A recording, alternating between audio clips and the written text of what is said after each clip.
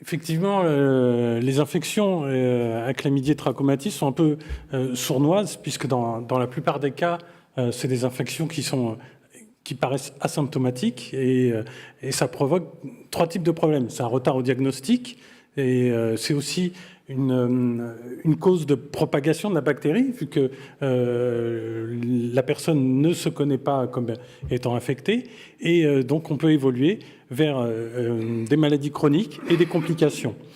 Des complications, c'est les infections hautes, type salpingite, endométrite, la maladie pelvienne inflammatoire, des périhépatites, et surtout, ce qui nous concerne, c'est les grossesses extra-utérines et la stérilité du fait de l'infection tubaire. On a des données épidémiologiques qui sont assez vagues. On a une prévalence qui est évaluée entre 1 et 11%, selon les études, selon les populations qui sont analysées. Mais en tout cas, la prévalence est la plus élevée à l'âge jeune, entre 18 et 24 ans. Il y a deux types d'abord diagnostiques. Celui qu'on privilégie, c'est le diagnostic direct par PCR, qui nous permet d'amplifier l'ADN de chlamydia. Et il y a également, de façon historique et peu contributif, le diagnostic indirect, c'est-à-dire la sérologie. La sérologie, c'est un maniement assez complexe parce que on en retire peu d'informations sur la dynamique de l'infection et on ne sait pas si la patiente est porteuse à ce moment-là du pathogène ou si elle l'a simplement rencontré dans les mois précédents. Au laboratoire, comme vous l'a expliqué Jean-Claude, on réalise les frottis de dépistage sur le milieu liquide, tel qu'il est présenté sur la diapo. Et sur ce même milieu, on peut faire la PCR chlamydia couplée à la recherche de Neisseria gonorrhoeae sur le système de Roche, le Cobas 4800.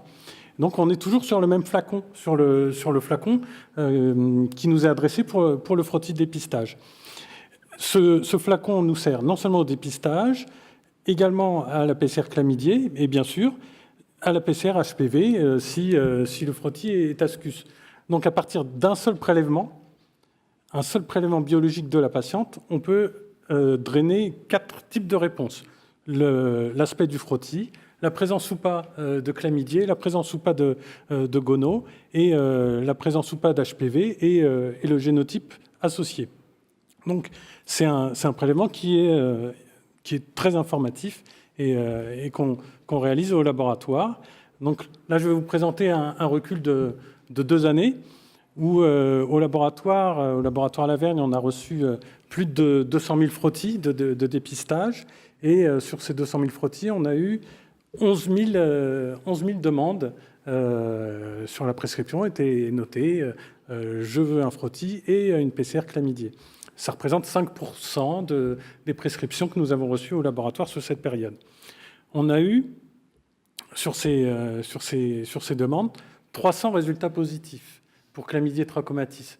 On en tire donc une prévalence sur notre population, sur l'échantillon qu'on reçoit au laboratoire, sur notre population, sur notre recrutement, une prévalence de 2,6%, ce qui est considérable. Hein. Si, en élément de discussion, donc on a sur ces 2 années de recul, on a 300 diagnostics d'infection à chlamydia. On a aussi quand même mis en évidence 10 infections à gonocoque. On retombe donc sur cette prévalence de 2,6%. Je répète, on a seulement 5% des échantillons qui nous ont été adressés avec la demande frottis plus chlamydia. Si on rapporte cette prévalence de 5,2% sur notre recrutement, on aurait pu mettre en évidence pas simplement 300 infections, mais 5700 cas. Donc c'est une règle de 3, hein, mais ça vaut ce que ça vaut, mais c'est quand même assez important. En conclusion, cette PCR qui est réalisée sur le frottis économise aux patients la réalisation d'un prélèvement spécifique, de revenir au laboratoire uniquement pour rechercher les chlamydiés. Donc c'est un moment, un temps gagné pour la patiente et pour son médecin. Ça nous permet d'accéder à des infections qui sont souvent peu symptomatiques et pourtant qui sont curables facilement avec une antibiothérapie adaptée. Et ça nous permet de faire bénéficier des patientes de la prévention des complications tubaires notamment. Après, ce milieu est quand même assez favorable à la réalisation de PCR. On peut imaginer facilement de réaliser d'autres tests, par exemple la recherche de Mycoplasma genitalium, directement aussi sur cet échantillon unique. Voilà, c'était les messages que je voulais vous communiquer. Jean-Louis, est-ce qu'il y a des questions ? Moi, j'ai une question à te poser, Jean-Louis. Il me semble qu'en allant un peu plus loin, on avait mis en évidence que cette prévalence doublait chez les femmes jeunes, il me semble, entre 18 et 25 ans, et ensuite ça décroissait en fonction de l'âge. Oui, ça on retrouve ce qu'on retrouve dans la littérature, mais pour massifier les données, j'ai préféré regrouper toute la population dans un seul élément de data. Elisabeth, je t'en prie. C'était un peu le sens de mon intervention, c'est de dire que moi, je trouve que c'est très très bien et je l'utilise beaucoup, mais chez les jeunes, je demande des chlamydiés seuls en utilisant le pot du frottis. Mais avant 24-25 ans, on ne demande pas de frottis maintenant. On est censé plus demander de frottis. Donc, le chiffre que vous avez donné en ne cherchant les chlamydia que ceux qui avaient été demandés avec le frottis est un peu biaisé. Parce que moi, j'ai eu des chlamydia positifs sans avoir fait le frottis. Oui, mais il est certainement biaisé.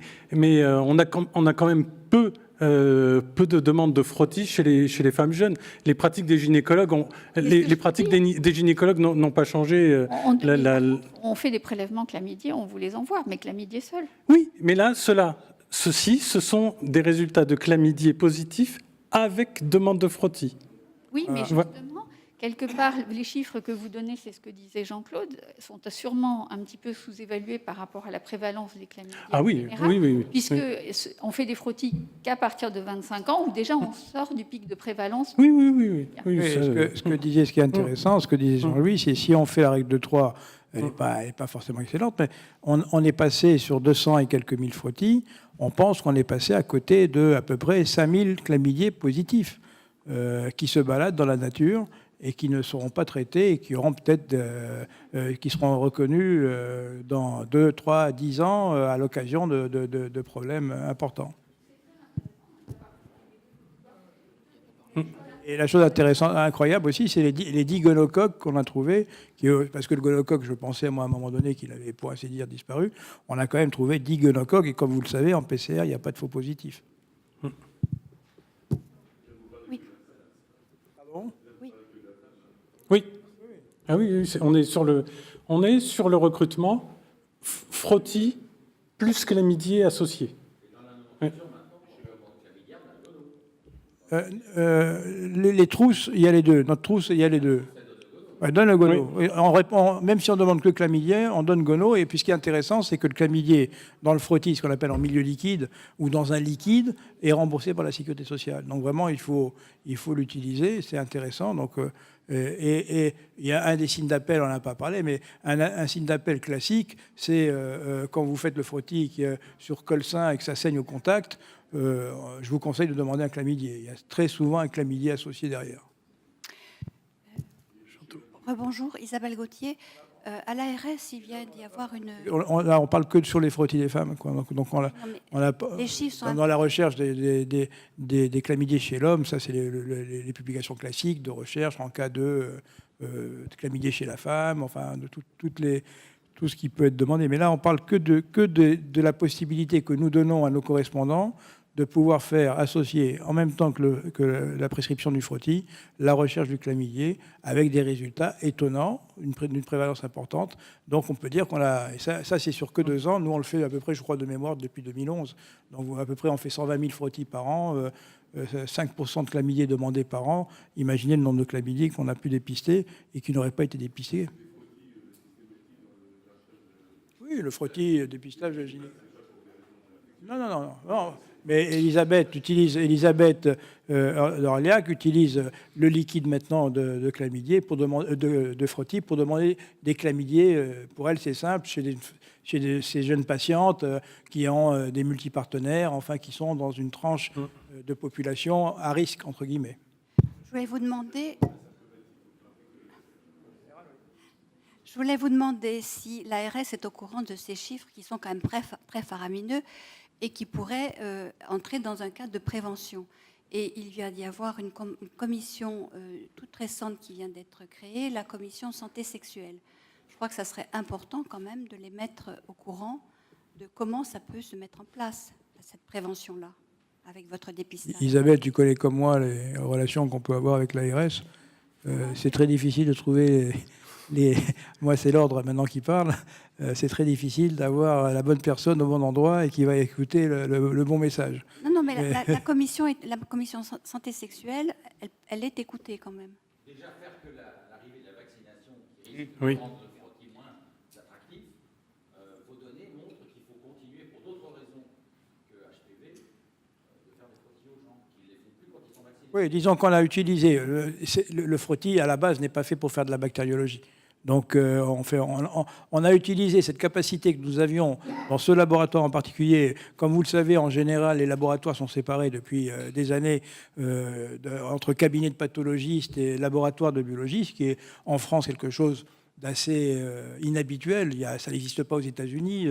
Aux États-Unis, le laboratoire, c'est le pathologiste, c'est le biologiste, c'est l'ensemble des éléments.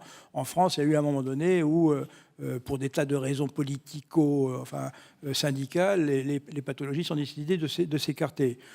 Cette opportunité qu'on a eue avec mon frère d'avoir, il y a une dizaine de laboratoires en France qui font la même chose, des gros laboratoires, des grosses structures, mais qui n'ont pas. Maintenant, je sais que certaines grosses structures font la même chose et proposent à leurs correspondants gynéco aussi de chercher le chlamydier.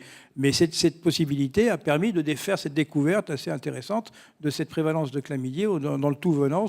Et donc, qu'on propose maintenant aux correspondants. Après, c'est vrai, si on peut faire remonter les choses, mais au départ, le frottis n'est pas fait pour faire de la bactériologie.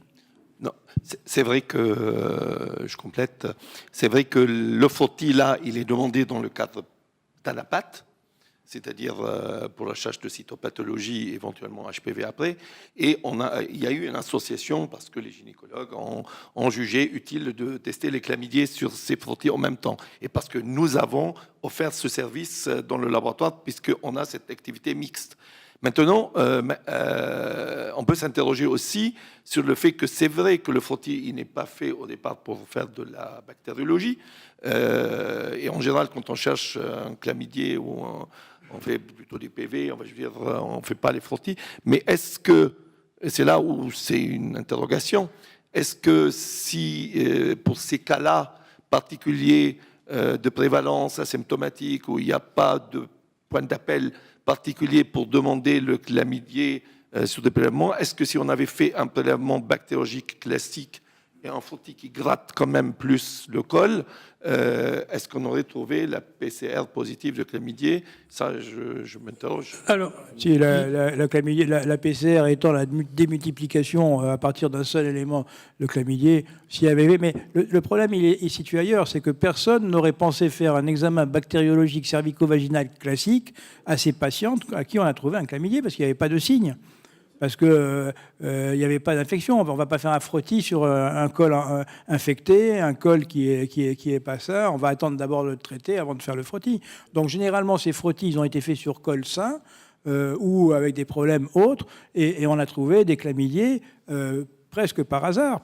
Et ce qui est intéressant, c'est que quand un gynéco a trouvé pour la première fois un chlamydier positif chez une de ses patientes, eh ben, il est addict à la recherche de chlamydier. Parce que derrière, il en a trouvé, derrière, enfin, Elisabeth peut en parler, je suppose qu'il y a eu beaucoup de gens qui ont commencé par en faire un.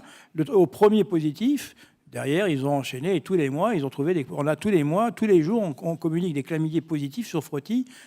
Et tous ces chlamydiers qui, tous les jours, sont communiqués au gynéco sur frottis, ce sont des chlamydiers qui n'auraient jamais été trouvés, sauf à un moment donné s'il y en avait fait. C'est tout, c'est ça le plus important et le plus intéressant. Après, sur la qualité du prélèvement, il y a déjà eu des études qui démontrent que le prélèvement réalisé en auto-prélèvement chez certaines personnes et comparé au prélèvement fait par le geste médical apporte les mêmes performances. Donc même un auto-prélèvement rapporte une PCR chlamydier avec la même fiabilité.